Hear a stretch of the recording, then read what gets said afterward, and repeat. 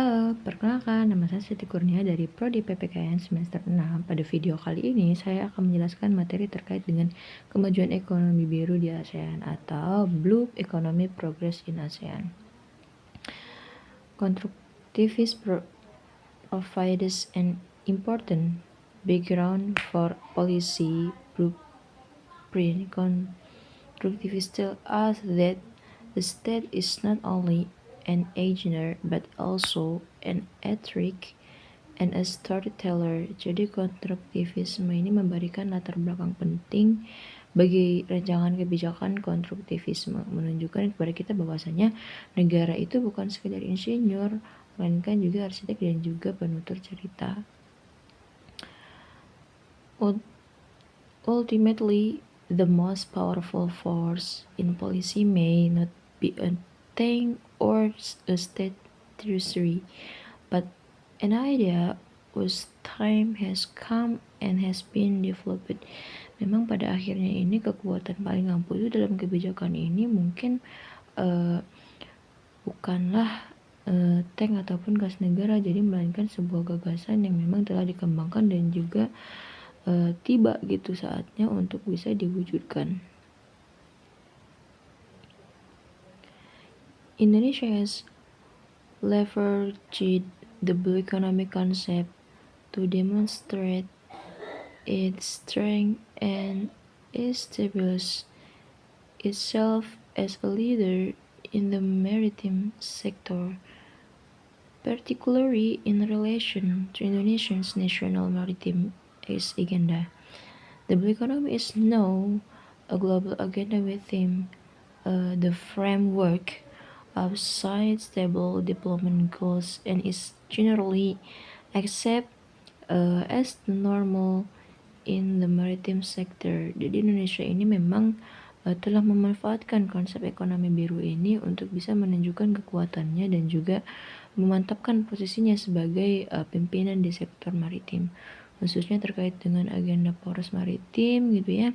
Di dunia Indonesia, ekonomi biru ini kini itu telah menjadi agenda global dalam kerangka tujuan pembangunan berkelanjutan dan memang secara umum ini diterima sebagai norma di sektor maritim. Kemudian this comparison between ASEAN and LAC, jadi perbandingan antara ASEAN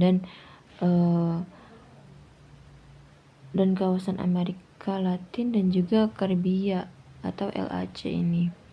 Jadi this comparison between ASEAN and the is constructively relevant is as it demonstrates how Indonesian maritime diplomatic identity and strategy are reshaped and contrasted by different regional structure ASEAN, with its relatively established normal and institutions, and the LAC with its more fragmented nature.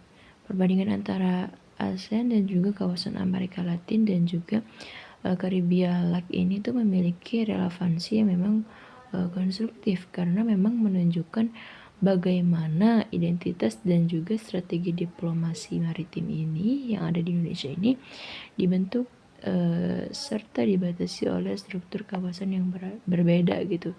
Jadi ASEAN ini dengan norma dan juga institusinya ini yang memang relatif mapan, dan juga LAC ini dengan karakteristiknya ini lebih terfragmentasi.